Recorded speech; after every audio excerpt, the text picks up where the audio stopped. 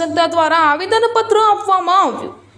દારૂના દૂષણને ડામવા આઈપીએસ અશોક જૈન તેમજ પ્રાંત અધિકારી ઈશિતાબેન મેરને આવેદનપત્ર આપી ખુલ્લેઆમ વેચાતા દેશી અને વિદેશી દારૂના હાટડા બંધ કરાવવા નિવેદન કરેલ. મોટી સંખ્યામાં શહેર તથા ગ્રામ્ય વિસ્તારના લોકો જોડાયા હતા અને કડકથી કડક કાર્યવાહી કરવા અધિકારી પાસે માંગ કરેલ. આ દારૂનું દૂષણને લીધે દિવસે ને દિવસે ક્રાઇમનો આંકડો વધી રહ્યો છે.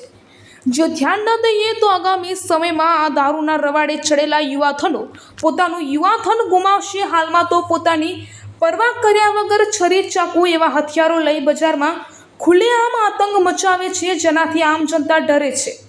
ફરિયાદ પણ કરી શકતા નથી, કારણ કે ફરિયાદ કર્યા પછી પણ એમને બીક રહે છે કે ગમે ત્યારે આ બુટલેગરો હુમલો કરે છે. લોકોને ઘરની બહાર નીકળવું પણ મુશ્કેલ પડે છે. જાગૃત યુવાનો તથા મહિલાઓ દ્વારા આ રજૂઆત કરેલ છે. નટપુર ન્યૂઝ સખત અને સતત આપની સેવામાં. અમારા ફેસબુક પેજ, ઇન્સ્ટાગ્રામ, યુટ્યુબ ચેનલને સબસ્ક્રાઇબ કરો અને ફોલો કરો.